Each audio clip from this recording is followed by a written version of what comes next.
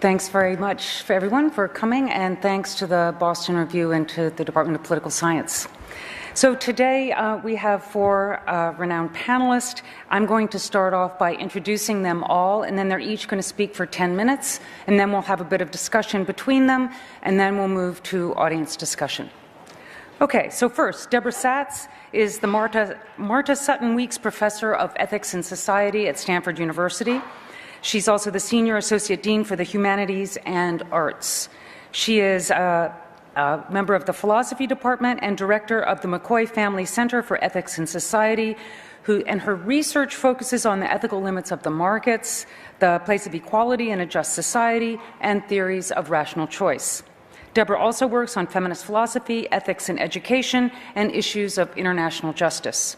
She's co-editor of the forthcoming collection, Occupy the Future. Nadim Mazen is a graduate of MIT and an early participant in Occupy Boston. He's also a small business owner, CEO of Nimblebot.com, a Boston-based interactive marketing boutique specializing in web apps and design, and co-founder of Danger Awesome, a laser cutting workshop and community arts storefront in Cambridge, actually just in Central Square. Mazen continues to be engaged in outspoken protest against government-sanctioned human rights abuses, malfeasance, and finance industry mismanagement. Next is Phil Thompson. Actually, Phil is on the end. Associate Professor, and I'm giving their introductions in the order they will speak.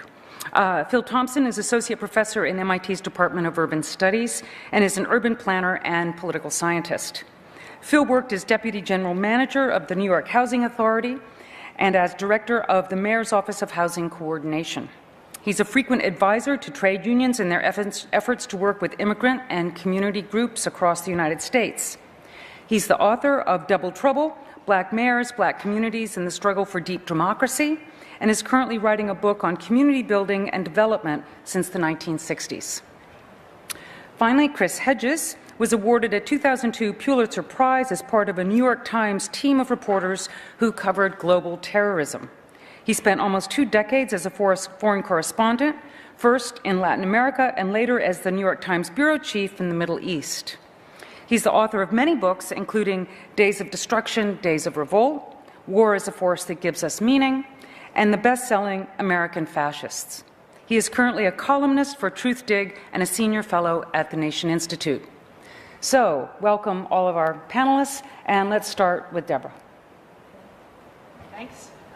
Thanks to Boston Review for organizing this event, and I'm happy to be here.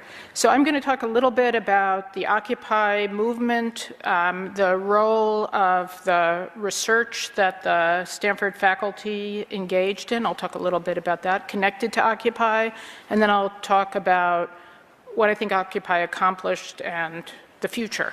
So let me interrupt just a second. I think that as a guiding question, we can ask, what were the roots of the Occupy movement, and how far did it go, and is it continuing to go in righting the injustices that gave rise to it? So, sorry, Deborah. Yes, you were sorry, great. but I thought that I would let that be yes, a theme. That's a theme that for we're all of going us. to ask all of our panelists to comment on. Okay, so from its beginnings in Zuccotti Park in 2011, the Occupy movement consistently raised awareness of the glaring inequalities that now characterize American society and galvanized forms of public response. A series of largely uncoordinated sit-ins, teach-ins, and protests were held, and citizens came together under a capacious and inspired banner, "We are the 99%. So what's important about that, many things, but one thing was that it was the actions articulated a growing sense that there had to be an alternative to the status quo, and they therefore should be understood in part as protests against the poverty of political imagination in the face of the economic crisis that swept the country and the globe starting in 2008.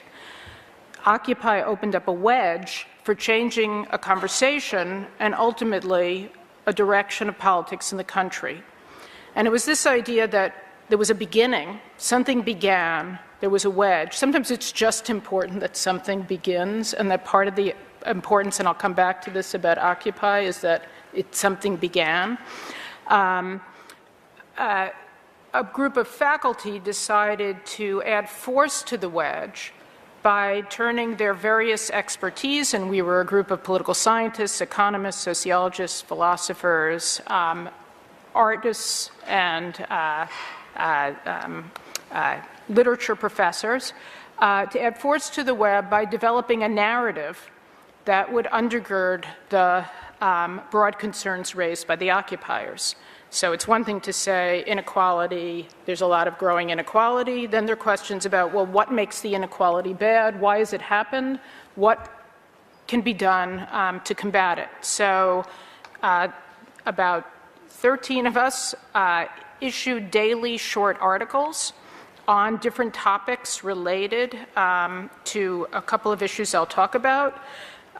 We wanted to explore the roots of the crisis, and to explore the resources we have for renewal of economic and political democracy, what Raymond Williams helpfully called resources of hope. And these essays were published online in the Boston Review and are soon to be published, like in the next month, by MIT Press. So our writings sought to explain and tie together four main issues that the Occupy movement brought to national and international attention that are central, I think, to the roots, the causes of the Occupy movement. So first is the deep and growing divides between the have and have-nots in America. So across multiple areas of life, health, education, income, housing, political influence, we see the greatest inequalities the United States has known since the Great Depression. In this sense, we are, the 99% is not just a clever rhetorical device. It's consistent with data that shows that only the top 1% of wage earners have seen their incomes rise over the last decade. The next 2 to 5% has experienced flat wages, and everyone else has seen a drop in earnings. The general trend towards increasing inequality has been going on for 30 years, but has reached unprecedented levels. The top 1% has claimed nearly all the growth in income over the past 20 years. So our essays sought to clarify these trends, to explain them in prose that would be available and helpful to people, and to analyze the causes of this growing inequality. So it's one source of the Occupy movement, is this growing inequality. But the second issue that Occupy responded to is, I think, as important, if not more important, than inequality in itself. And that's that the extreme inequality is rooted in and itself fuels corruption.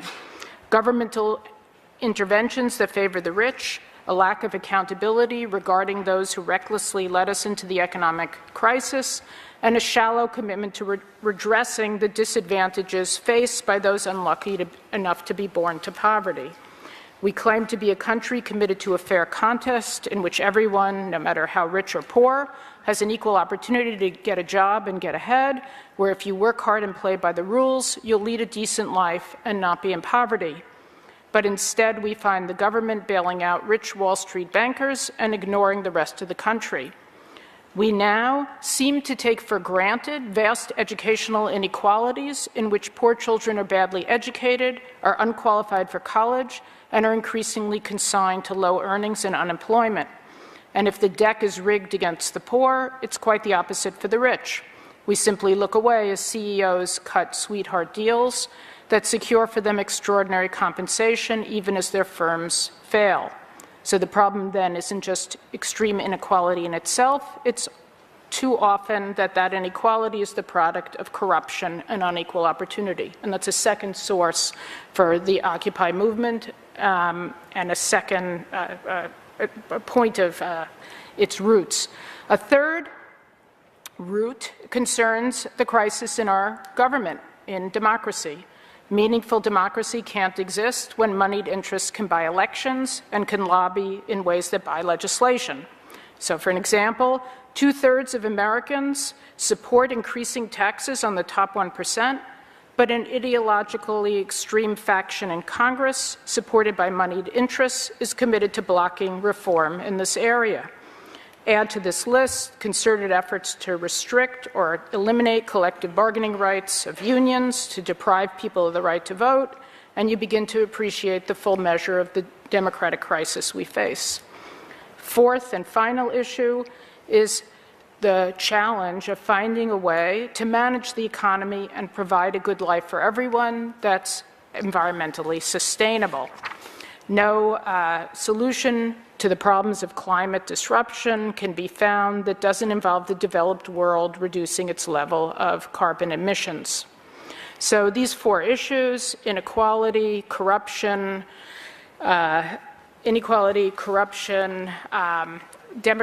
crisis of democracy, sustainability, fueled the Occupy movement, and what we tried to do was to explore and analyze the origins of, and to see what could be done to bring our institutions into better alignment with solutions. And we also wanted to bring these four issues together in a narrative, and we chose to root our narrative in American ideals of freedom and equality, and to say that the ideals of freedom and equality, some of the founding ideals of this country, were a lever for which to think about these four issues and then to begin to identify where we fall short. And in our book, we try to take up some solutions, including a millionaire's tax, financial regulatory reform, and reforms of the Electoral College.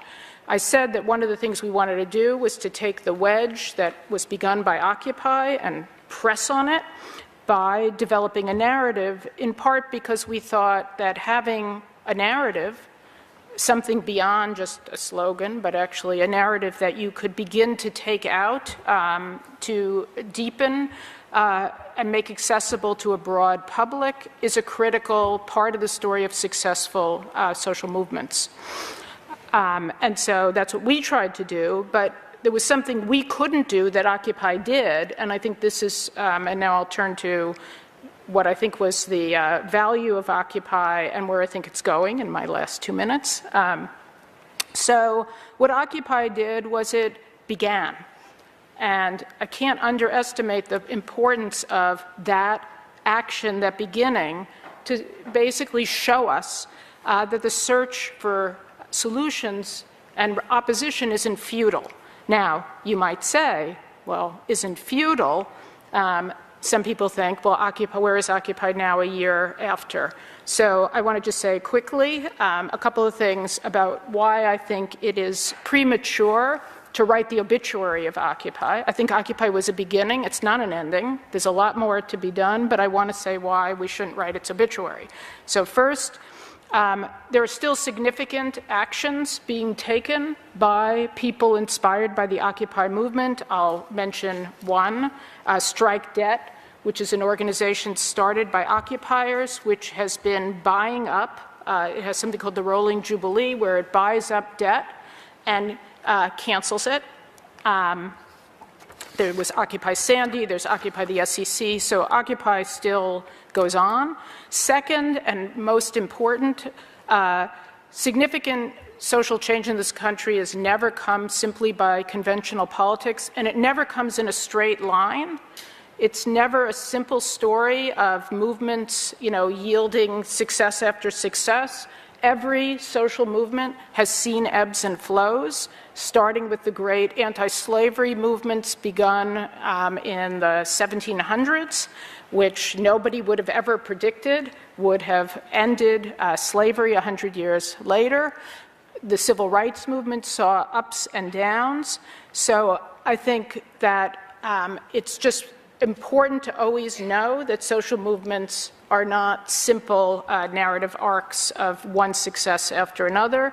And that brings me to the last thing I want to say, which is, in the end, the Occupy movement isn't about occupying a park or public space. It's about confronting enormous challenges that we face in America and in the globe. And if we don't confront these changes, we won't have a future. So one way of thinking about maybe the history of the ebbs and flows of social movements is to say we can't write, there's no social science that writes the demise of this movement. What there is there's always a gap where you can have hope. And that's the importance of the beginning of the Occupy movement, is it actually is a source of hope that people responded and to the changes in this country that really show that there are cracks that can be exploited. And I'll stop. Thank you. Thank you, Deborah. Okay, Nadim. She actually took my answer. That's what I was going to say. Actually, there is some good overlap. So I guess I'll talk a bit about my experience with Occupy and probably start off with the general Occupy disclaimer that it's been a long time since I was involved in Occupy, and that in general, when people from Occupy talk, they speak on their own behalf and not with any special knowledge or authority over the rest of the group.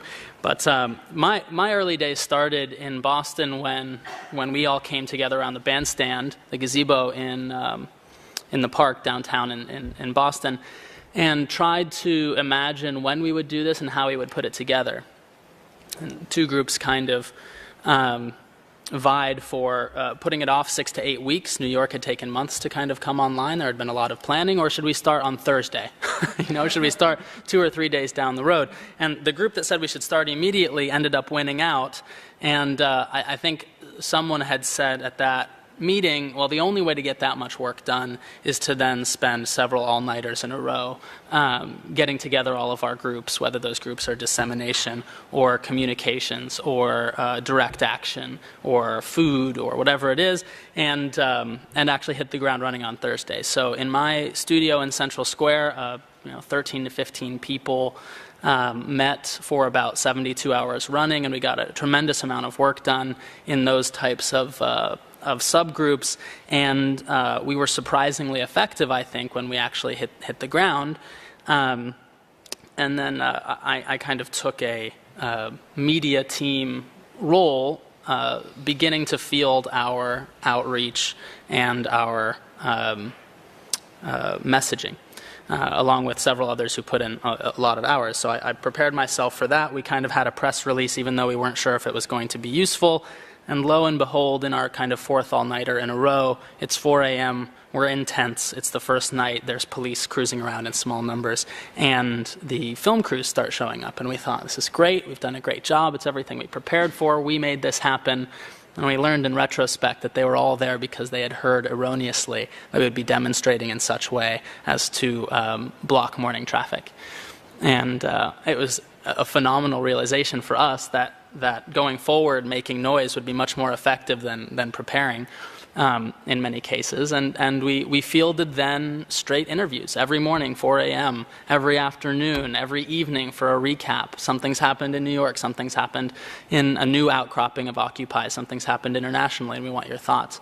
The whole system grew very quickly. The rest of my time was spent mostly in the kind of messaging and marketing side and in the comm side. I think I realized very quickly that as these types of organizations spring up spontaneously, that there's very little stepping back. Everyone's very close to the issue, very close to the content, very close to the minute by minute, and I think I spent a lot of time stepping back and trying to make sure that everyone was connected. So the email address CommBoston became the singular central node for everyone reporting what each group was doing, and then in turn became a subgroup in its own right as I trained people to handle the emails and put things on the calendar, and those people in turn changed the system that we were using, improved the system beyond my capacity to set workflows, and began connecting teams and being very effective and proactive in that way.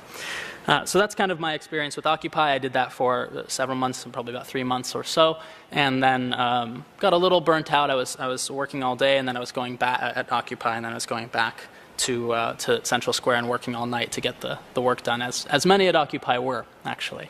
I think the complaint was that these are unemployed hippies, and these are people without direction, and then they're not our traditional leaders. And while that statement has no merit, because anyone, I think, in this egalitarian Occupy premise or in our general American egalitarian traditional premise, ought to be able to participate. It also had no merit because so many of the people there, 8-9 hours a day, also had full-time jobs. So I want to speak to the idea that Occupy was leaderless.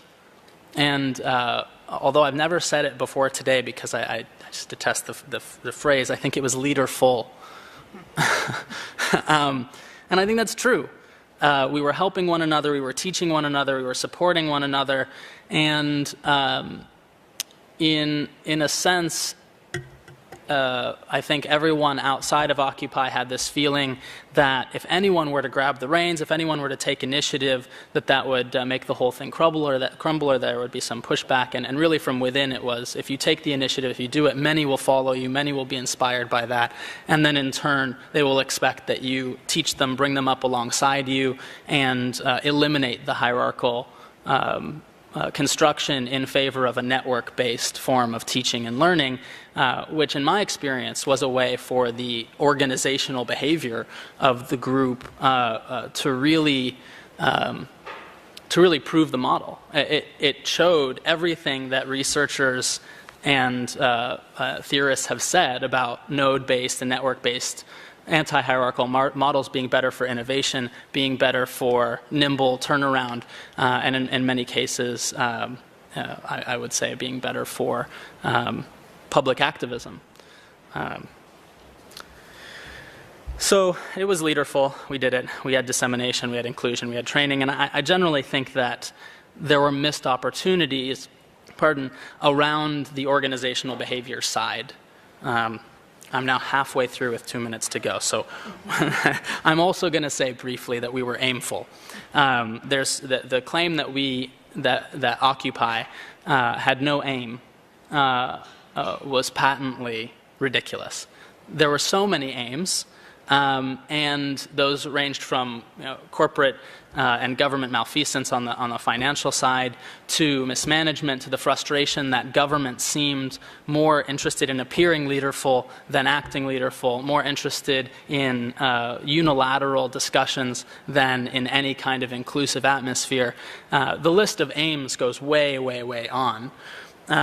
And the question for me was not about establishing aims or announcing aims so that the public could be satisfied. The Occupy experience for me was about finding the low-hanging fruit. The things that many of us agreed on, the things that fundamentally contradicted systems of justice that we've all set up, inequity and lack of egalitarianism, where we all assumed it should be all of us, the rich and the poor. If you were to say out loud some of the things that are being done in government and in finance, no one would be able to say that they were okay without sharp reprisal. And the fact that we don't say these things out loud, and we don't say them out loud regularly, is really the only reason that I can understand that they don't get taken care of, dismissed, changed, evolved. And that was my kind of core participation in Occupy, to find these things together, to find this aim together, and then to find a way to make change together. And I'll then echo what was said just prior to me, that nothing went horribly wrong, nothing died, and that all of these types of movements take a long time. And if you are particularly patient and particularly grounded, I think, in activism, then you take a 20-year view, and then you take a 100-year view. And if you're really good, you realize that your lifetime doesn't really matter particularly much, and you take the 1,000-year view. And, I think there's a number of people who are still involved with Occupy who are willing to do that. Okay, thank you so much. So, Phil, let's hear your perspective. Well, in terms of why Occupy arose, I mean, I don't have much to add, but I think that something dramatic has happened in the last 15 years or so, where 6 banks in the United States now hold 64% or so of total wealth in this country. And I think 15 years ago, it was something like those same banks held 17%. Simon Johnson at Sloan has numbers on this. but I think that's about right. And that is an unprecedented concentration of power in a very small number of hands. And I think, you know, Occupy really shone a spotlight on that. And I will just say that I think that our current economic and political theories can't deal with this fact because this wasn't supposed to happen. American political science is basically pluralist in nature, that says that there are contending forces in society to counter big corporations, whether those are big labor unions or, you know, other kinds of institutions that counter that power of the corporation. But corporations were always imagined to be governed by antitrust laws. They weren't supposed to control 64% of all the wealth in the country. That kind of power just isn't imagined. And spending billions of dollars a year lobbying Congress, that wasn't imagined in American political science. So I don't really think American political science has even grappled with what we have now. And also our economic theories always presume basically a market economy. Marx may have wanted to overthrow competitive capitalism, but Citigroup did. When you're too big to fail, that basically means you're not a market anymore. You know, you're into something else. And I don't think in economic theory either there are any real answers or ideas for how do you deal with a situation like this. So I think that we're in new territory, and I don't even think the banks have figured out, the big banks have figured out fully how to utilize their power, but this is something we all should be extremely concerned about. And I think what Occupy did was like sense something dramatic was happening and seize the moment. In terms of the future of Occupy, I would say, or movements right now dealing with this intense corporate concentration of power, I think, as many said, Occupy was a beginning. I think there are lots of different ways to fight corporate power, and that our thinking of politics really has to expand more into things like consumer organizing, using the power, you know, consumer power to boycott certain companies, to target others for, you know, that do good things, to, we have to fight around regulatory changes that businesses need in order to get things done, whether it's a zoning approval or a tax abatement or a utility service plan or any number of things that businesses come to government for seeking public approval. We have to organize shareholder power in ways that we have never done before. And one of the interesting things about these big banks and other big corporations now, they're public. They don't literally own, you know, 64% of the wealth of America. It's all of our wealth, but we are not organized. And we tend to think of politics as voting for politicians. We don't tend to think of politics as voting as shareholders at corporate board meetings. And I just think we need to radically expand our notion of politics. The last thing I wanted to say was that I view Occupy essentially as a movement and awakening of young white students and young white people, and that's a great thing, in my opinion. A real activism and political awakening. And I do think in order to really deal with change and to make change in America, we have to think about how Occupy or these predominantly young white activists connect to other movements that have been fighting for or could be fighting in the same trenches along for the same things. And I specifically just want to talk about movements of people of color and potential linkages here. And many folks kind of have a mythology of what the civil rights movement was about and tend to forget, you know, like it was all about desegregation and people wanting to, you know, go to schools and ride on buses. But the 1963 March on Washington was a march for jobs and freedom. Jobs was number one. Before Martin Luther King gave the I Have a Dream speech in Washington, he gave it to the AFL-CIO in 1961. And he said, we really don't need to have two movements. If you all would just agree to desegregate unions, we can have one movement. We don't need to have a separate civil rights movement. And the AFL-CIO rejected him and rejected that offer. And Andy Young tells a story in the introduction to a book called The Closing Door by Gary Orfield and Carol Ashkenazi, and he said, you know, after King was assassinated, the Johnson administration came with affirmative action. And at the time, if you may have read, if not remember, the civil rights movement, Martin Luther King had turned to full employment and poor people's campaigns as a principal demand. And the Johnson administration, rather than coming up with full employment, responded with affirmative action. You won't see, go look at Eyes on the Prize, you won't see black people marching in the streets demanding affirmative action. They were demanding full employment and trying to reach out to whites, Latinos, Asians, Native Americans. That was the vision. And Andy Young said when affirmative action happened, we knew it would only help the upper middle class within the black community. A very small percentage of African Americans, kids were going to go to these elite colleges, you know, that affirmative action was targeted or would benefit from it. But we were scared of being red-baited. We were scared of being ostracized or attacked. So we backed down and just accepted that. And he said we knew that poverty would remain and these basic issues of economic injustice would remain.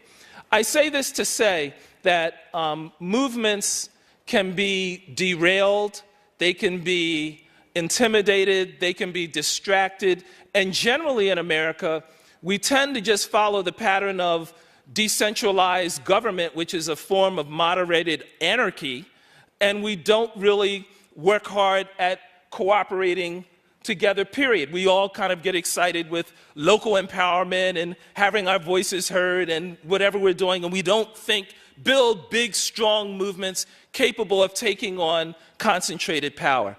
That's what happened to the civil rights movement.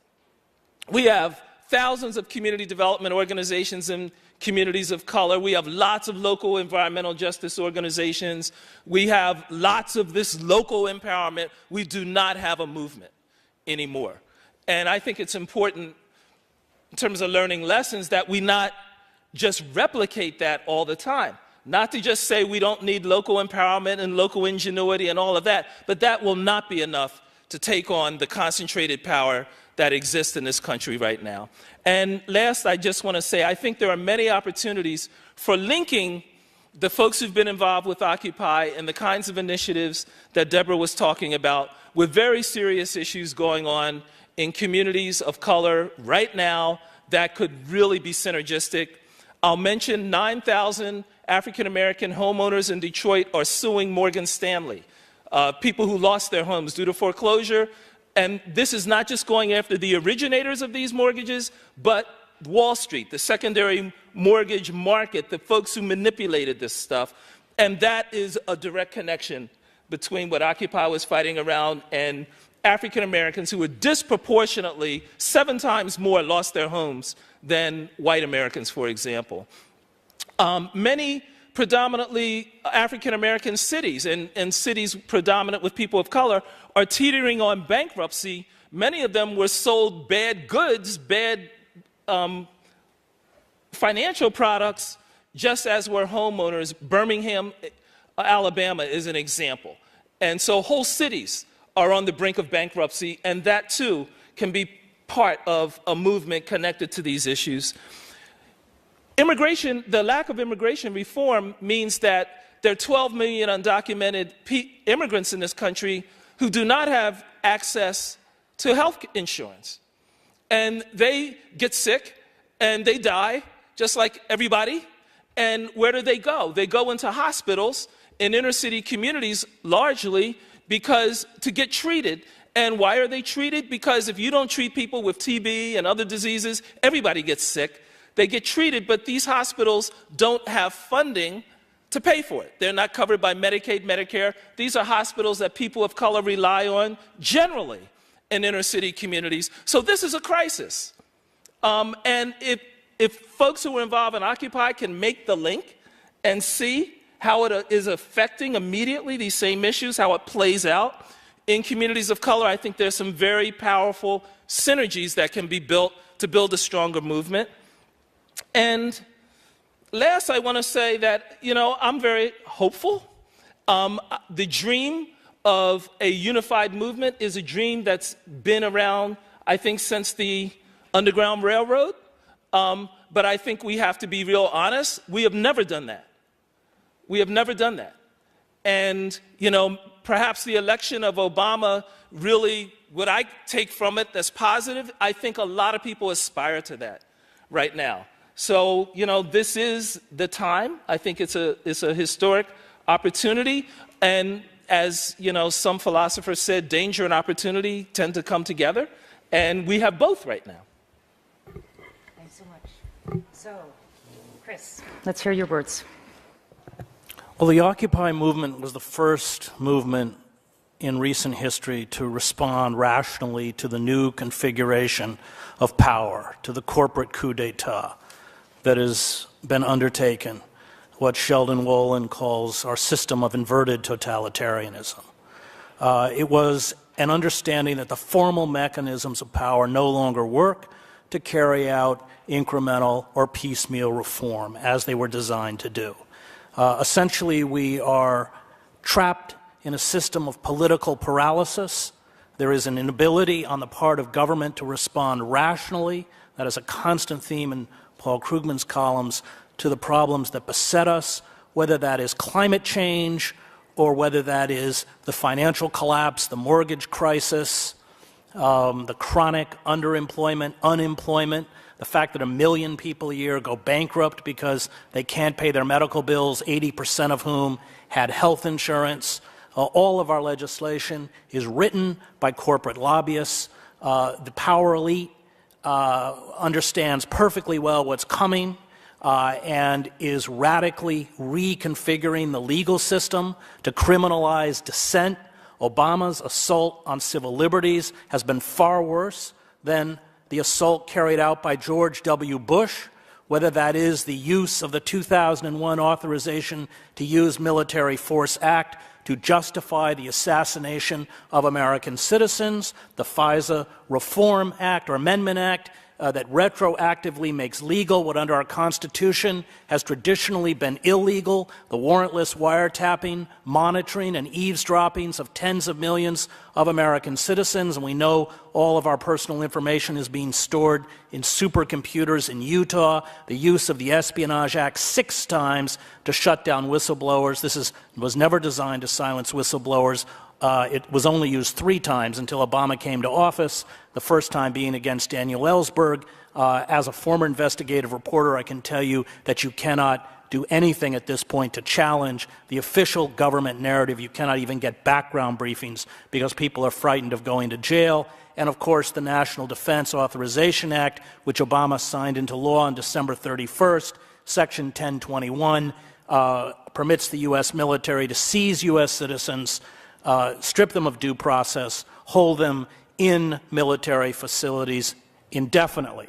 I sued the president over this in federal court. I won in September, and the Obama administration appealed.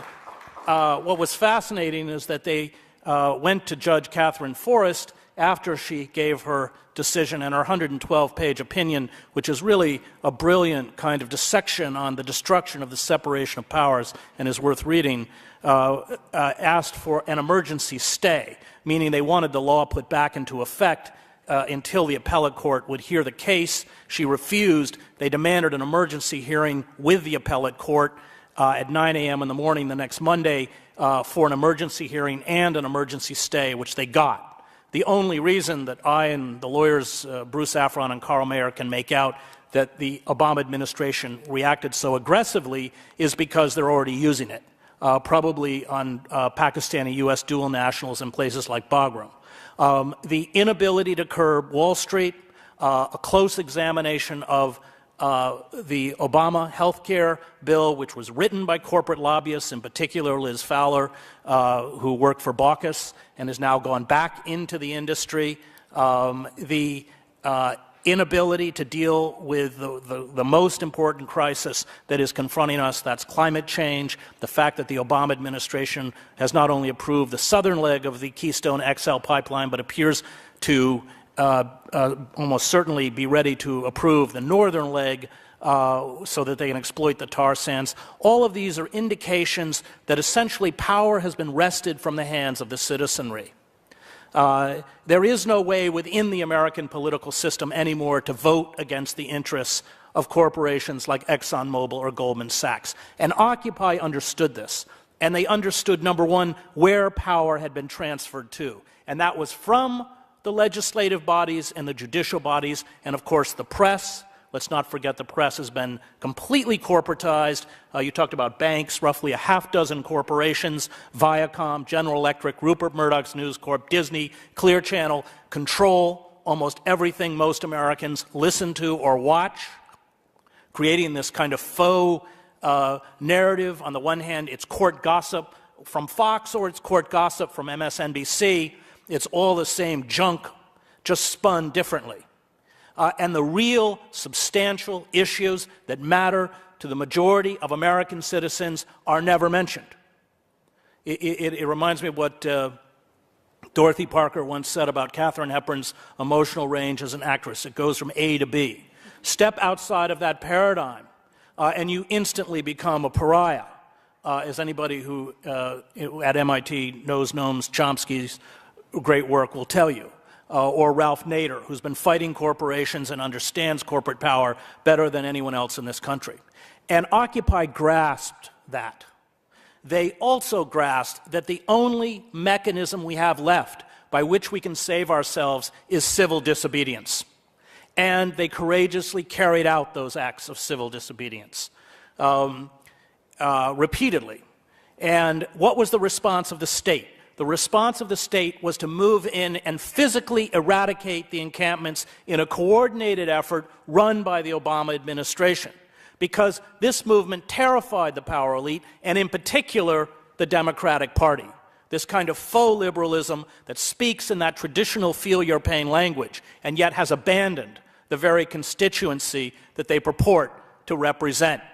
And that's very dangerous. I covered the war in the former Yugoslavia for the New York Times. I watched what political paralysis does, and that is essentially what's happened. We have a system that is incapable of responding to the legitimate grievances and injustices that are being visited on tens of millions of Americans. Half of this country is now living in either poverty or a category called near poverty. And what is the response of the corporate state? It is to cut unemployment benefits for hundreds of thousands of Americans, which means tens of thousands of these people are going to lose their homes. And they're all about to push us over the so-called fiscal cliff. Corporations know only one word, and that's more. And because all of the restraints, the regulations, and the impediment to corporate power have been lifted, they have, as Marx understood and Karl Polanyi understood, commodified everything. Human beings have become commodities, and the natural world has become a commodity. You see it, 40% of the summer Arctic sea ice melts. And Shell and Exxon look at it as a business opportunity. It's insanity. We are now all aboard the Pequod.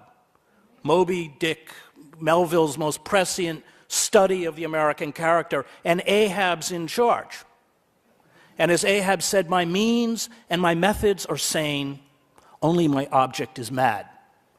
And the inability to stand up, whether it's over the inevitable financial dislocation, these people are harvesting the country. Anytime hedge fund managers, and let's never forget that at institutions like this, half of the trustee boards come from this class, most of whom should be in jail. When they walk into inner city areas and start talking about poor children's education, it's not because they want kids to read and write, it's because they know the federal government spends $600 billion a year on education and they want it, and they're going to get it. there is no mechanism left except civil disobedience. And having covered movements all around the world, the revolutions in Eastern Europe, the two Palestinian uprisings or intifadas, the street demonstrations that brought down Slobodan Milosevic, you know that the tinder is there. And I spent the last 2 years in the poorest pockets of this country, from Camden, New Jersey, to the produce fields in Immokalee, Florida, to the coal fields of southern West Virginia. You know the tinder is there, but you never know what's going to set it off. It's usually something relatively benign. An elderly woman gets foreclosed in her home in Utah or something. But I know it's coming. Will it look like Occupy? Will it be called Occupy? You can never know. I think it's better to think of Occupy not as a movement, but as a tactic. Rosa Parks refuses to move on the bus. It's 5 years until we see the freedom rides.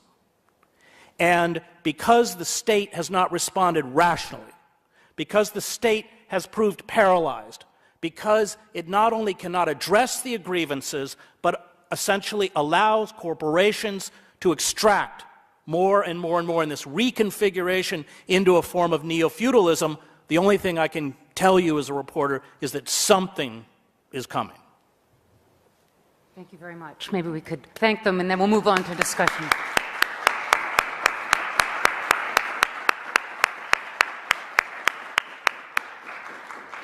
So thank you very much for your incredibly powerful statements. I think one of the questions that comes to me is, what exactly is Occupy? It's been mentioned as a tactic. For example, it is a way of organizing individuals to respond rationally to what's happening. I think that there's quite a bit of agreement on the part of the panelists about what the problems are, but a little less agreement on what Occupy exactly is and whether it can become what it needs to be in order to respond to the big problems. So, for example, do we need a big, strong movement, as Phil was pointing to?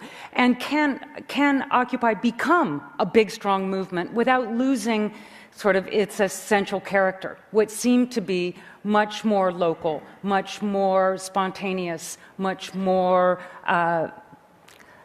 sort of democratic in ways that seemed sometimes to be fragmenting? Okay, I'm just trying to say these are perceptions of Occupy, but can it become this without ceasing to be Occupy? Or is Occupy just a tactic that anybody can use at any moment? So, would someone like to? Well, let me just add quickly that Sure. There was a process within Occupy. I'm talking about Zuccotti, and they lost control of the park. In particular, or the particular moment was when the individual tents went up, because they had been able to keep alcohol and drugs out. Once the tents went up, they came in. Activists were staying up all night in de-escalation teams, and we were also seeing the NYPD dropping homeless people off to essentially overload the system. And so by the end, at least within New York, I don't know what your experience in Boston was, the park didn't work. Consensus worked very well. Kropotkin makes this point. When you have small groups, it worked very well at the beginning. It did not work well when you had 4,000 people, especially with the capacity for a block. I wouldn't get too caught up in movements. And I speak as someone who covered them. Movements have a kind of mysterious life force of their own. And it's always the ruling class that determines the configuration of rebellion or response. The inability of the ruling class or the ruling elite in the United States to respond rationally to the grievances that drove people into these parks means that something will spring up, inevitably. I tend to think that it is probably eminently possible for Occupy to grow. I was part of a number of national and international Occupy kind of phone calls and virtual meetings and that kinds of things, and they all went very well. Bringing back knowledge and sharing power and all of that went well at scale. I tend to think that the main problem was that our focus became the day-to-day running of this camp and that we weren't prepared for. We definitely saw BPD driving people, and I at least heard of BPD driving people to the camp that became difficult to manage. There's a lot of mental health issues, there are a lot of other issues entailed by running a camp. And I think kind of deconvolving or separating the camp aspect from the movement aspect will certainly help in scaling the program. So I tend to think it's possible. Well, I don't think civil disobedience is enough. And I worked as a movement organizer for many years. I made $50 a week. And when I had kids, I just couldn't live on $50 a week. And I don't think you can build a movement sustained over time as like student movements, you know, where you go out for a brief time, you know, you take action, and then it's over, and you go look for a job, right? And then it's over. I think we have to have a much more sophisticated approach. And I also think we need an approach that my mother can get involved in. And she's 82 years old in a wheelchair, but she voted for Obama thinking that that was fighting the system. And there have to be ways to get my mother involved. When I was a kid, my father was a minister, very active in the civil rights movement. And what people don't see on the TV shows about the civil rights movement were the years of conversations every Sunday with people in church to tell them they are people. They are children of God. That was the storyline. And God doesn't make bad children or junky children, and they are as good as anyone. And it took years of that to build their confidence, to get them to the point of taking actions. And it's not just something, I don't think, that happens spontaneously. It may in some cases, but I don't think we're going to build a really strong, really powerful, really broad movement just waiting for some spark. There's a lot of education that has to happen. There are a lot of tactics. My first political action was I'm from Philadelphia, was boycotting Tasty Cake. They make these crumpets and little cupcakes, and Coca-Cola. And that's because Leon Sullivan and other movement organizers found ways to involve 7-year-olds in the movement, and that was boycotting Tasty Cake and Coca-Cola. I think we have to have a lot of tactics, a lot of strategies in order to bring people together, and we have to have some difficult conversations about race. I don't think the story of healthcare is as simple as corporate lobbyists wrote it and that's the whole thing. A lot of institutions played in it. Things are just more complicated than that. There are a lot of unions that lobbied and got stuff stuck in the bill, for example. And Obama, in my opinion, is a transition figure, meaning that he embodies everything that's been said at this table, both in terms of corporate influence, but also aspirations of huge numbers of people who voted for him, who pushed for things that he included as well. That's why he's a transition figure. And I think he's a reflection of kind of where we are as a country and where we are as a movement. Yeah, I mean, what happens when you have a response like the Chicago teachers' strike is Obama turns his back on them. When you have the bailout of the auto industry, they crush the UAW. And I think that Obama, like Clinton, is a figure who essentially serves corporate interests, but speaks in the traditional language of liberalism. There's hardly a campaign promise from 2008 that Barack Obama hasn't broken, including supporting unions and raising the minimum wage. And I think that goes back to Sheldon Wolin's point, that it's the engines of corporate power that drive the political process and the economic process. The personal narrative of Barack Obama is irrelevant. And that's why there's such continuity, whether it is imperial war, assaults on civil liberties, failure to curb Wall Street, from Bush to Obama. Because those who actually decide, and we just went through a $2.5 billion electoral charade, are not in the White House. In terms of building a movement, yes, you're right. And all of those activities have to be done, and they are being done. But they're being done on a much smaller scale. And that was exactly what I saw in Eastern Europe, that you saw, for instance, in Leipzig, week after week, the candlelit vigils against the communist dictatorship, and then suddenly 70,000 people showed up. This is what Václav Havel points out in his 1978 essay, The Power of the Powerless, Living in Truth. So yes, you're exactly right that those activities have to be carried out. But working with the Occupy movement after the destruction of Zuccotti, there's a clear kind of despair. And I think that we have to understand that we have to keep going. This is what Occupy Sandy has done. Because, as Havel points out, we are essentially speaking truth to power. We are exposing a decayed, corrupt system. That no longer responds to the needs of the citizenry, and that's why they're so frightened of the Occupy movement itself. Okay, so Deborah, why don't you have the last word from the panel, and then we'll open the mic. So start thinking about your questions. So I just want to, is this on? So I want to agree with Phil about the importance of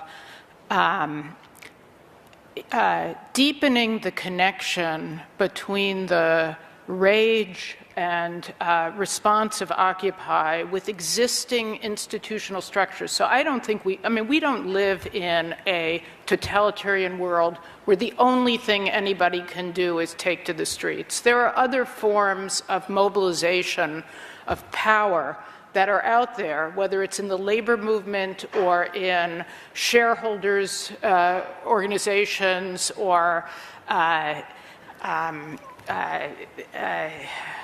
anyway, there are other forms of opposition, and one of the things that I think is very important, social movements, there's no science. I agree, they have to come outside. Change doesn't happen only by the internal political process. In fact, it almost never happens by that alone. There has to be points of pressure, but social movements don't succeed when they don't tell a unified narrative that lots of people can sign on and get on board, that's, clear, that is hopeful, that has some solutions. And they don't succeed when they don't deepen their roots in communities who have the grievances that they're taking up. When you come in from outside, and Occupy wasn't just from outside. Occupy did bring in some of people who were absolutely on the front lines of those grievances, but there are many, many other people who are suffering in the ways that you were describing that weren't brought on. And unless you link out to those people and tell a story that brings those people on board, you're not going to, in the end, have a successful social movement. Whether Occupy, I think Occupy is, as I said, it's very important, because in the absence of something like Occupy, you could feel like there was no hope. And the fact that people responded is a sign of hope, but it has to deepen and it has to connect to communities that are hurting in more systematic and more unified ways if it's going to succeed. Well, I did say Deborah would be the last, but real quick additional comment. Real quick, I want to continue that thought a little bit and also clarify what I think one of the main issues here is. You said Occupy challenged the poverty of creativity around governance, around society in general. We are not, when we demonize, I think, and I speak for myself, but we in my tight circle of friends and perhaps Occupy at large, when we demonize Romney or demonize Obama, are not talking about a person who haphazardly made his way into the presidential arena. We're talking about a system that only is controlled by certain types of people and only promotes certain types of people. And the system itself, the structure, the meta, it is all corrupt very fundamentally and at very many levels from top to bottom.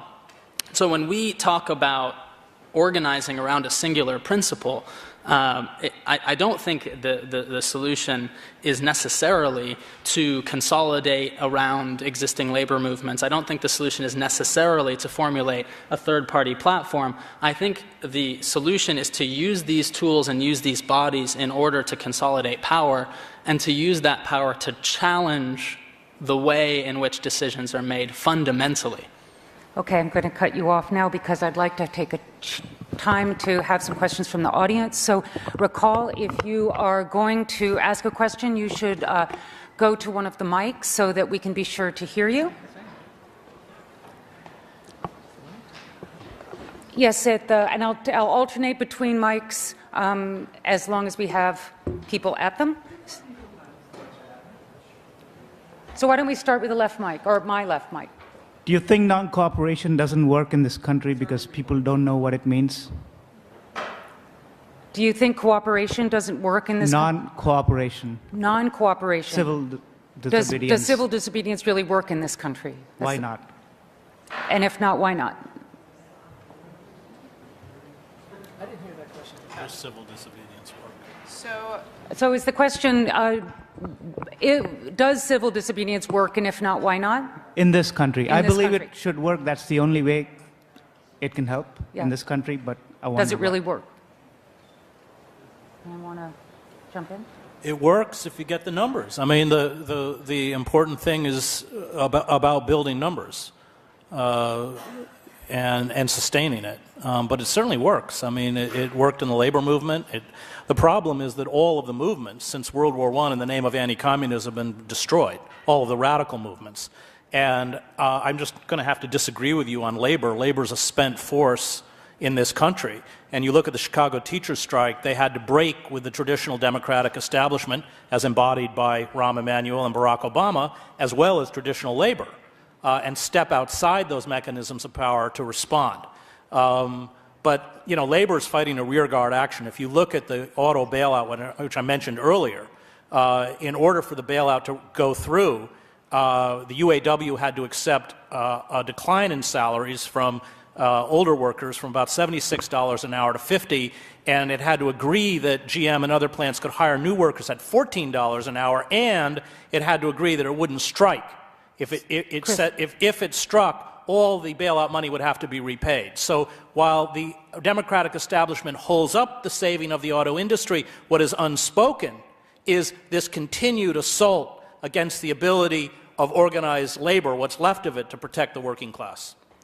Okay, microphone on the right. Hi, my name is Bill Lewis. I'm a member of Occupy Boston. I have worked with that gentleman a good deal, making a lot of noise in streets. I had a couple of comments and then one fundamental question.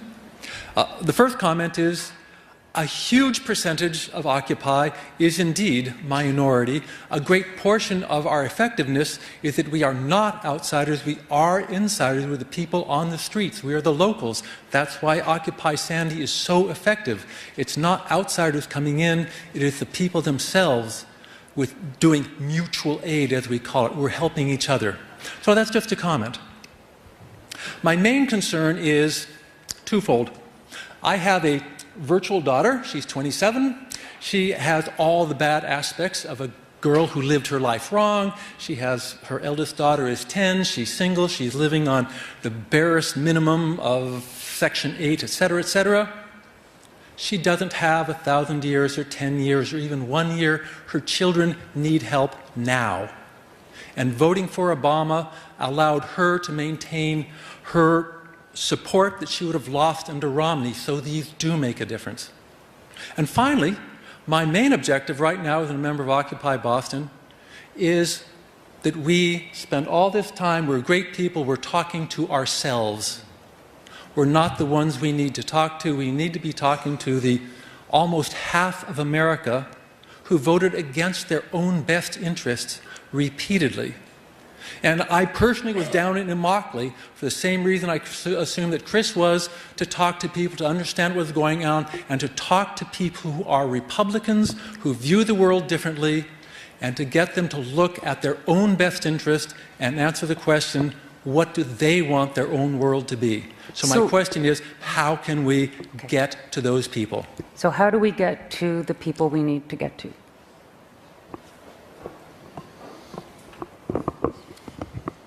Well, if you guys want to jump in, I tend to think that, as I said, there's this layer of low-hanging fruit that is extremely appealing to people across all constituencies and across all parties. I don't necessarily, it sounded to me like you were saying, how can people to the left reach out to people to the right? But frankly, our whole spectrum's totally whacked. And I don't think we just need to reach out to the 50% of people who, I don't know, voted for Romney, voted for Obama, but to both sides, and appeal to people on the very rational and reasonable set of points, and to show the series of financial bait and switches. As a business owner, the stimulus is a total joke, right? The stimulus package for small businesses never made it to small businesses. I mean, that's one in a host of examples where I don't think it's actually that difficult to talk to people, to engage people, to educate people, and to remind them that the party dynamic is not positive for any of us. The two-party dynamic, or within your party, the way in which decisions are made and in which leaders are promoted. Phil, you look like you were about to jump in. I mean, did you have something you want? Yeah. I was just going to say that, my starting point is where people are. And it may be that labor is a spent force. It may be that civil rights organizations are spent forces. It may be that community-based organizations are narrow-minded and too anxious to just get a foundation grant or a government low-income tax credit to build 5 units of housing, and that's not going to change the system. But that's where people are. And that's where I start. For the last 4 years, I've been working with the building trades, which is the whitest, most conservative part of the labor movement. And I've been working with them to try and get young Black and Latino kids of color into the building trade so they can become the green workforce of the future. And the building trades, spent as they are, conservative as they are, operate 1,200 job training centers in the construction trades, and it's the second largest job training mechanism outside of the U.S. Navy. And guess what?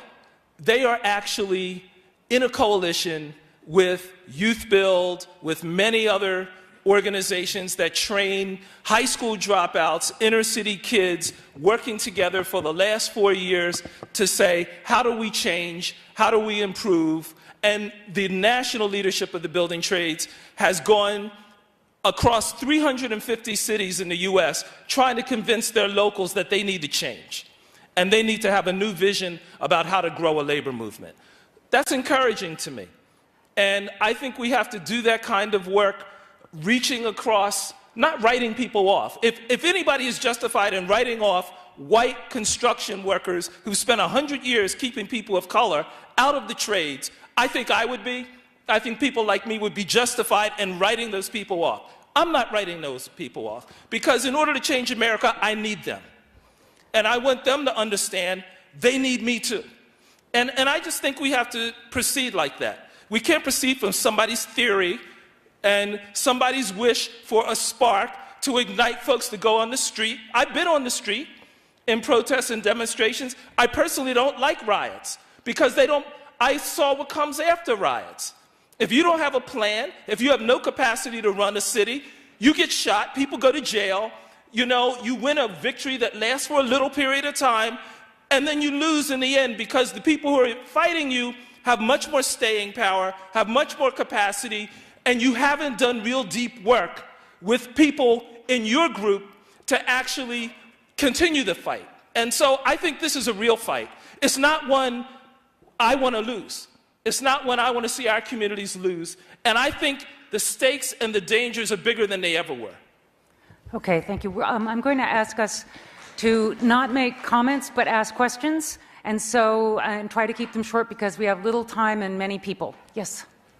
Hi. Given the technology that we have, in the 21st century, and given the wealth that I see that we spend on the entertainment industry, my understanding is that the eradication of poverty is possible, and that it isn't, some sort of fantasy like the eradication of crime or something. I don't know.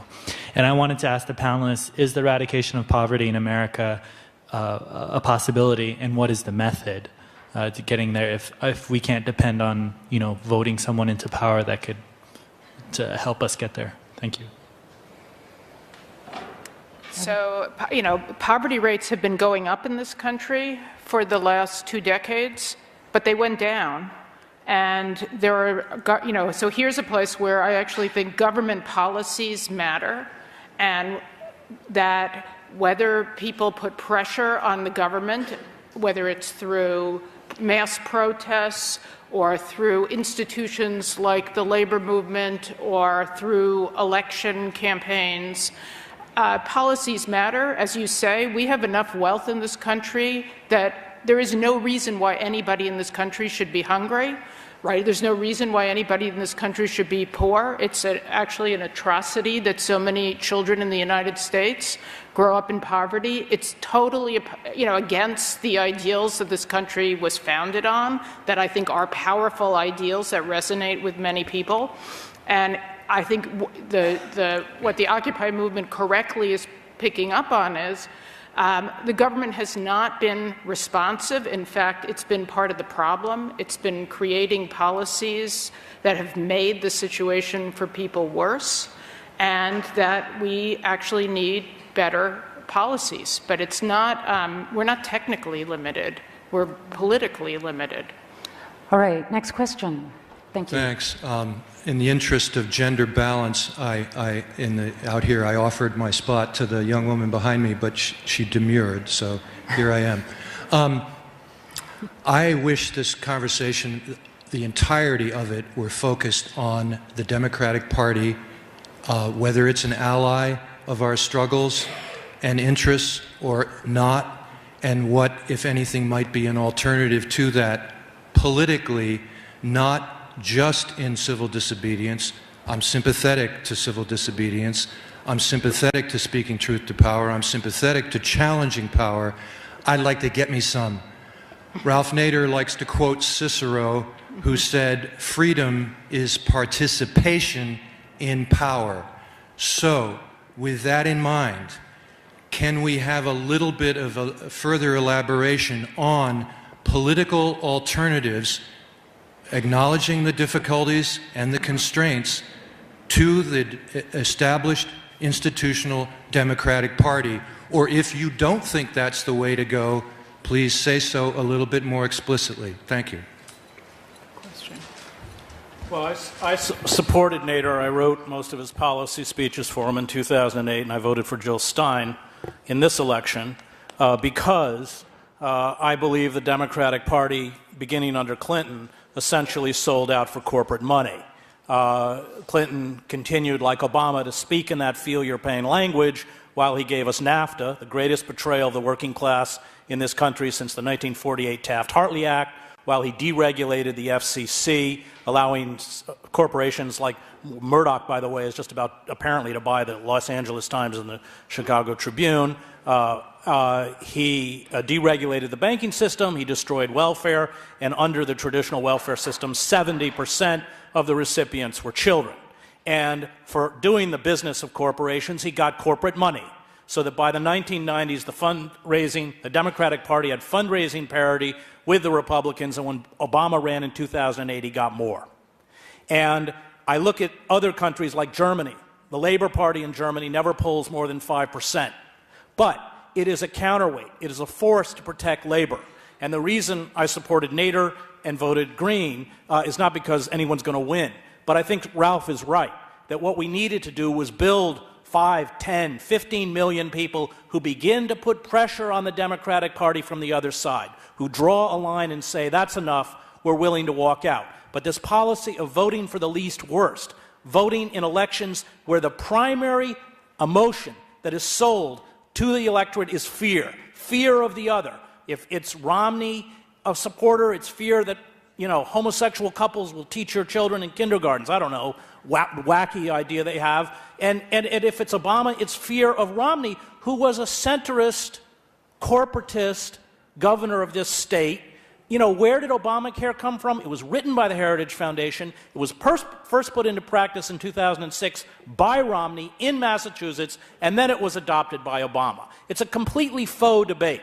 And so, for me, supporting third-party movements is part of resistance, but of course not enough. I actually agree with your point and the work that you're doing, but I think it's, and when I talk about a spark, it's not, I'm not sitting home watching C-SPAN waiting for a spark. I was arrested in front of Goldman Sachs and the White House and everywhere else. But I think that we can't get demoralized with numbers. And after the success of the Occupy movement, I'm finding within the Occupy movement a demoralization. And I keep telling, like when we go to Zuccotti, and I was just out at Occupy Sandy, in that sense, I come out of seminary, Harvard Divinity School. Well, okay, it passes as a seminary. And resistance is a kind of moral imperative. And that's what Havel gets. That's what the Berrigans get. That's what King got. That's what Malcolm got. That we were where we should be. And faith is the belief that the good draws the good to itself. And as some of you may know, I have been in fierce debate with the Black Bloc anarchists over the issue of violence. I debated them, Crime Think, in September, because I think that because we have this truth, we do have the capacity. I think the Occupy movement is a mainstream movement. I think it actually articulates the concerns of the mainstream, and I think what frightened the state more than anything was seeing on the weekends mothers and fathers from New Jersey, as they did, show up in Zuccotti and push their strollers up and down the park. And they love the Black Bloc. A few bricks, a few taunts, and so... Chris, yeah, okay. We need to... Okay, so we're actually... I want to have one additional comment from Deborah in response to that question, and then it will be 6 o'clock, and so those of you who need to leave, please do so. But I thought to finish up, what we could do is just take all the questions in sequence quickly and then have some quick statements by the panelists to sum things up. Okay, so Deborah, you can go ahead. I just wanted to say two things because I thought a very important question about how to relate to the existing political parties. And I completely think there is room for third parties, for opposition, for voting your conscience. I do think there are some political reforms that would do a lot. One of them is campaign finance. We have been losing over and over again on the campaign finance issue. The way that money now influences elections is completely undemocratic, and I think we need to get those laws changed. So that's one thing if I were trying to, think about how to respond to the political process. Because even if we have other parties in there, we need to change the rules of the game to make sure that everybody, no matter how rich or poor, has the chance to influence the political process on an equal basis. And the second thing is I think we need to change the Electoral College, which is very biased against cities and places with big populations. So. Great. Okay, so those of you who need to leave at 6 o'clock, here's your moment. But I think what I would like to do is if we could make the questions short. It looks to me as though there are 4 more questioners. We could ask those questions and then come back to the panel. So, on this side. Well, the Occupy movement probably has the right intentions, but does it have the right name? Occupy has very pejorative connotations, especially in foreign policy, especially in the Middle East and elsewhere. Does Occupy give occupation a good name? Is it possible to occupy the occupiers? On this side. Given that we're at MIT, I was wondering if you had specific advice for both students and professionals in technical fields, people who see the same situation that you've described, agree that there's a problem and want to help. Yes, next. Go ahead. Okay. Lawrence Lessig has a really good book, Republic Lost, and he gave a great talk. He gives great talk, and it seems to me he's addressing recovering from the influence of money in politics. How can we do that? Root Strikers Group and so forth. So it seems to me to be, as he says, this should be the second item on everybody's agenda, no matter what your issue is. So what's your response?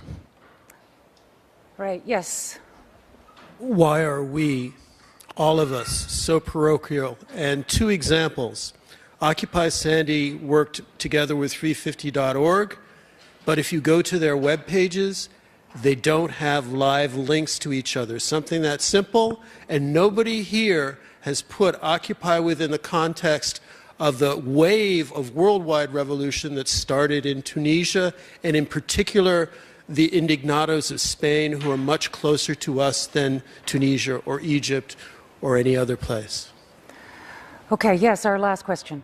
Hi. To the gentleman in the tie, you mentioned that you had been to West Virginia and spoken to the people there, and I've spent a lot of time in West Virginia, and what I see is poor white workers who share a lot of the same values as Occupy. You know, they have distrust in the finance industry and in the government and a lot of other things like that. And how can Occupy appeal to these voters who are socially conservative, but or traditionally Democrat? And West Virginia used to go Democratic, 20 years ago, consistently. So, thanks. Okay, so why don't we start with Phil and then Chris, and then move this way, Nadeem? And okay, could you just make a quick statement? I just wanted to say that end with a lesson I learned from my grandfather, and my grandfather was raised me. My grandparents raised me, and he was from a farm in North Carolina. And in 1968, he voted for George Wallace. And I truly, even as a young person in 1968, I could not understand why he was voting for George Wallace. And I hope folks know who George Wallace was. He was leading a segregationist movement. And my grandfather said, both Nixon and Hubert Humphrey are corporate guys in suits, and they'll just say whatever they think they need to say in order to get elected. But I've spent my whole life with poor white folks, and they're lined up behind George Wallace because they really believe in what George Wallace is saying. And he said, but I think if I really talk to them, if I really work with them, I can change them. And if you change a poor white, and he was talking about in the South, you've got a friend forever. I'll never change these people in suits because they don't believe what they're saying themselves. So I say that to say that's how I think about this question of movement building, and I don't care Democratic Party. Frankly, I've been on the left for 30 years. I don't see a big difference between whites on the left and whites on the right. When it comes to a lot of issues I care about, I don't see it. It's really about, do you believe in what you say? Are you open to real conversation, for real engagement, for real humanity, or are you not? And I don't think any party or any left-right really has a monopoly or a particular high ground on that issue. And I think that's the fundamental issue when it comes to change and movement building. Thank you so much. Phil has to leave, so let's thank him as he leaves.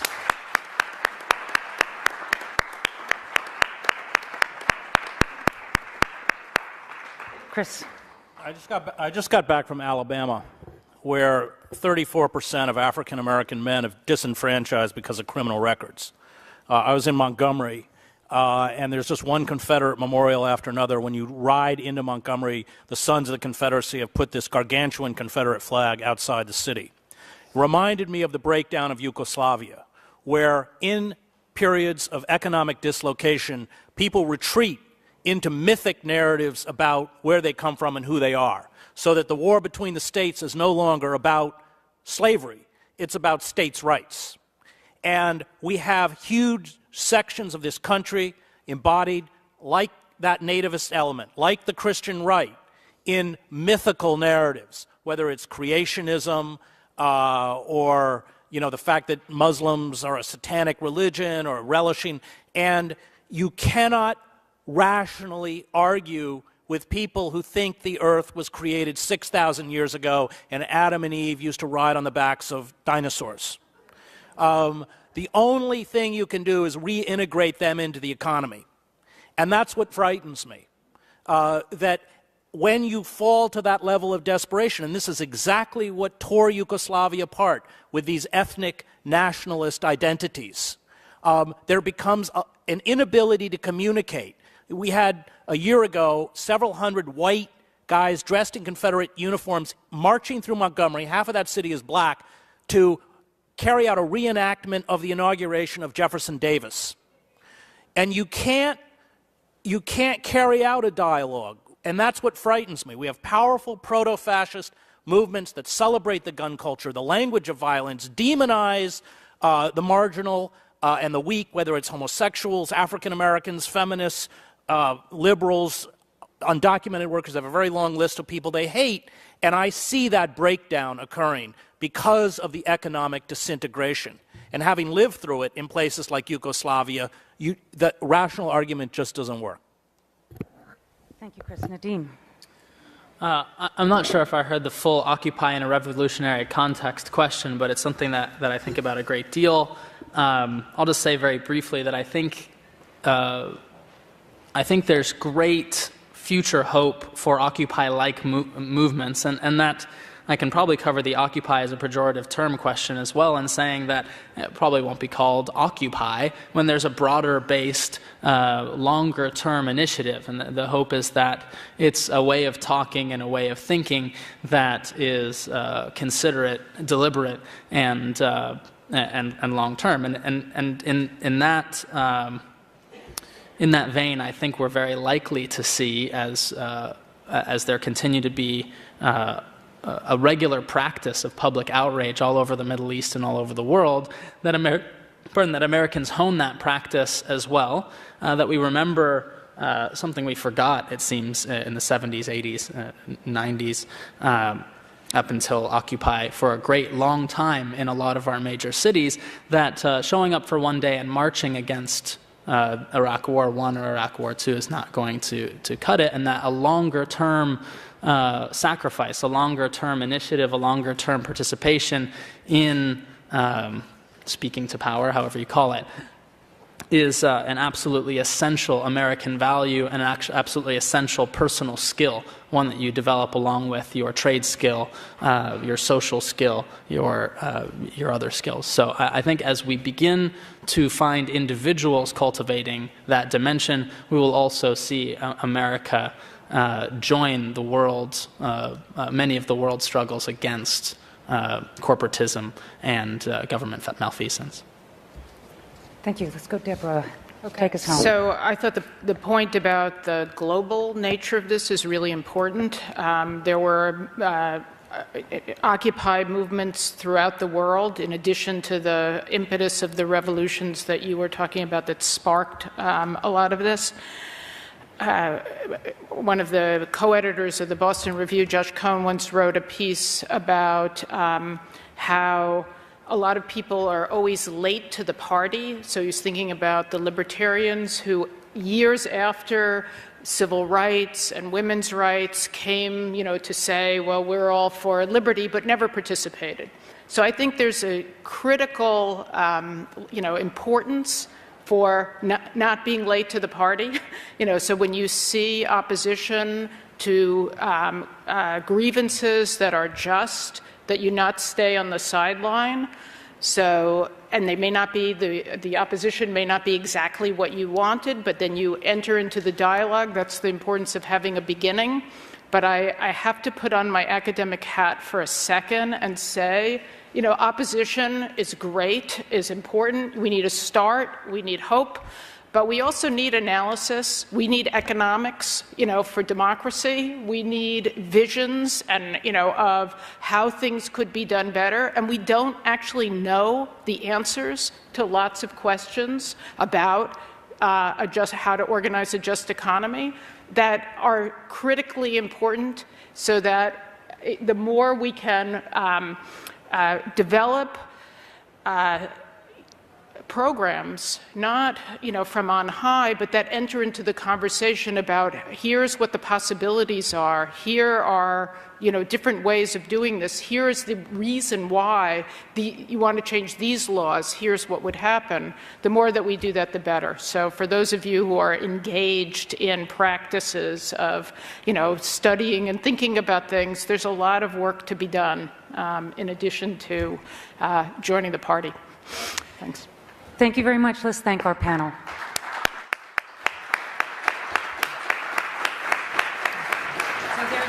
So there's a reception in the back, and all of you are warmly invited to participate. I went down to Occupy Boston towards the end. And they look like they have the same problems in Jakarta. Yeah. Sorry, I Well organized. I didn't think anyone was similarly. Never got us that. No, I thought it might be that C-SPAN might not like that. Yeah. And I said, It's consistent with data that shows that only the top 1% of wage earners have seen their incomes rise over the last decade. The next 2 to 5% has experienced flat wages, and everyone else has seen a drop in earnings. The general trend towards increasing inequality has been going on for 30 years, but has reached unprecedented levels. The top 1% has claimed nearly all the growth in income over the past 20 years. So our essays sought to clarify these trends, to explain them in prose that would be available and helpful to people, and to analyze the causes of this growing inequality. So it's one source of the Occupy movement, is this growing inequality. But the second issue that Occupy responded to is, I think, as important, if not more important, than inequality in itself. And that's that the extreme inequality is rooted in and itself fuels corruption. Governmental interventions that favor the rich, a lack of accountability regarding those who recklessly led us into the economic crisis, and a shallow commitment to redressing the disadvantages faced by those unlucky enough to be born to poverty. We claim to be a country committed to a fair contest in which everyone, no matter how rich or poor, has an equal opportunity to get a job and get ahead, where if you work hard and play by the rules, you'll lead a decent life and not be in poverty. But instead, we find the government bailing out rich Wall Street bankers and ignoring the rest of the country. We now seem to take for granted vast educational inequalities in which poor children are badly educated, are unqualified for college, and are increasingly consigned to low earnings and unemployment. And if the deck is rigged against the poor, it's quite the opposite for the rich. We simply look away as CEOs cut sweetheart deals that secure for them extraordinary compensation even as their firms fail. So the problem then isn't just extreme inequality in itself, it's too often that inequality is the product of corruption and unequal opportunity. And that's a second source for the Occupy movement and a second point of its roots. A third root concerns the crisis in our government, in democracy. Meaningful democracy can't exist when moneyed interests can buy elections and can lobby in ways that buy legislation. So for an example, 2/3 of Americans support increasing taxes on the top 1%, but an ideologically extreme faction in Congress, supported by moneyed interests, is committed to blocking reform in this area. Add to this list concerted efforts to restrict or eliminate collective bargaining rights of unions, to deprive people of the right to vote, and you begin to appreciate the full measure of the democratic crisis we face. Fourth and final issue is the challenge of finding a way to manage the economy and provide a good life for everyone that's environmentally sustainable. No solution to the problems of climate disruption can be found that doesn't involve the developed world reducing its level of carbon emissions. So these four issues, inequality, corruption,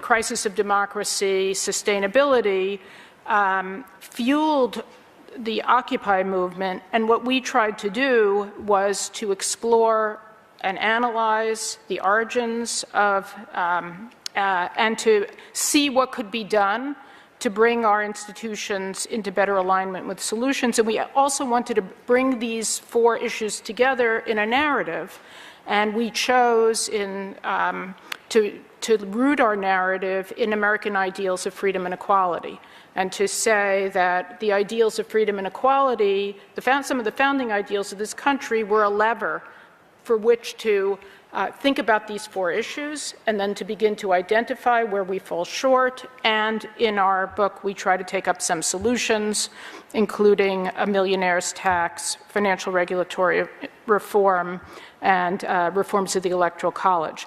I said that one of the things we wanted to do was... Chris Hedges was awarded a 2002 Pulitzer Prize as part of a New York Times team of reporters who covered global terrorism.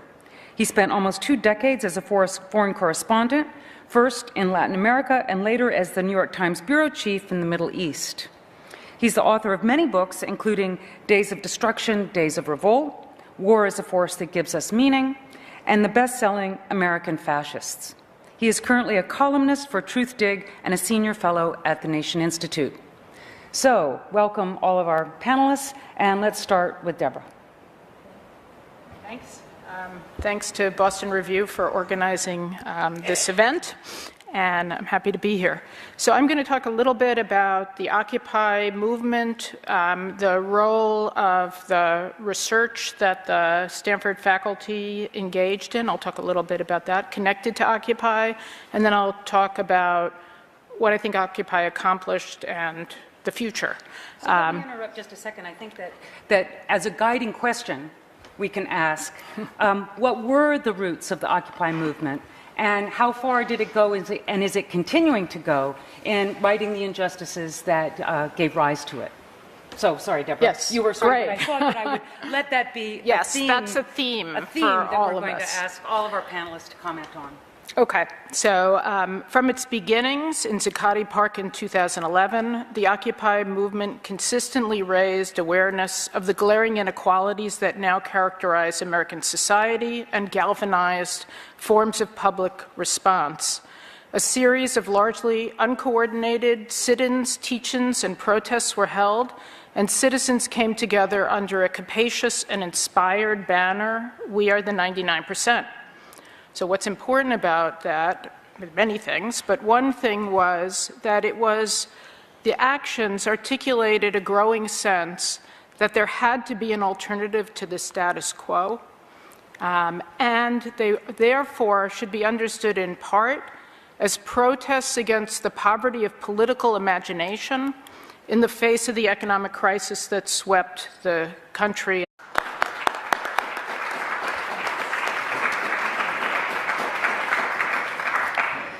Thanks very much for everyone for coming, and thanks to the Boston Review and to the Department of Political Science. So today we have 4 renowned panelists. I'm going to start off by introducing them all, and then they're each going to speak for 10 minutes, and then we'll have a bit of discussion between them, and then we'll move to audience discussion. Okay, so first, Deborah Satz is the Marta Sutton Weeks Professor of Ethics and Society at Stanford University. She's also the Senior Associate Dean for the Humanities and Arts. She is a member of the Philosophy Department and Director of the McCoy Family Center for Ethics and Society, and her research focuses on the ethical limits of the markets, the place of equality in a just society, and theories of rational choice. Deborah also works on feminist philosophy, ethics in education, and issues of international justice. She's co-editor of the forthcoming collection, Occupy the Future. Nadim Mason is a graduate of MIT and an early participant in Occupy Boston. He's also a small business owner, CEO of Nimblebot.com, a Boston-based interactive marketing boutique specializing in web apps and design, and co-founder of Danger Awesome, a laser cutting workshop and community arts storefront in Cambridge, actually just in Central Square. Mason continues to be engaged in outspoken protest against government-sanctioned human rights abuses, malfeasance, and finance industry mismanagement. Next is Phil Thompson. Actually, Phil is on the end. Associate Professor, and I'm giving their introductions in the order they will speak. Phil Thompson is Associate Professor in MIT's Department of Urban Studies and is an urban planner and political scientist. Phil worked as Deputy General Manager of the New York Housing Authority and as Director of the Mayor's Office of Housing Coordination. He's a frequent advisor to trade unions in their efforts to work with immigrant and community groups across the United States. He's the author of Double Trouble, Black Mayors, Black Communities, and the Struggle for Deep Democracy, and is currently writing a book on community building and development since the 1960s. In the globe, starting in 2008. Occupy opened up a wedge for changing a conversation and ultimately a direction of politics in the country. And it was this idea that there was a beginning, something began, there was a wedge. Sometimes it's just important that something begins, and that part of the importance, and I'll come back to this about Occupy, is that something began. A group of faculty decided to add force to the wedge by turning their various expertise, and we were a group of political scientists, economists, sociologists, philosophers, artists, and literature professors, to add force to the web by developing a narrative that would undergird the broad concerns raised by the occupiers. So it's one thing to say inequality, there's a lot of growing inequality. Then there are questions about, well, what makes the inequality bad? Why has it happened? What can be done to combat it? So about 13 of us issued daily short articles on different topics related to a couple of issues I'll talk about. We wanted to explore the roots of the crisis, and to explore the resources we have for renewal of economic and political democracy, what Raymond Williams helpfully called resources of hope.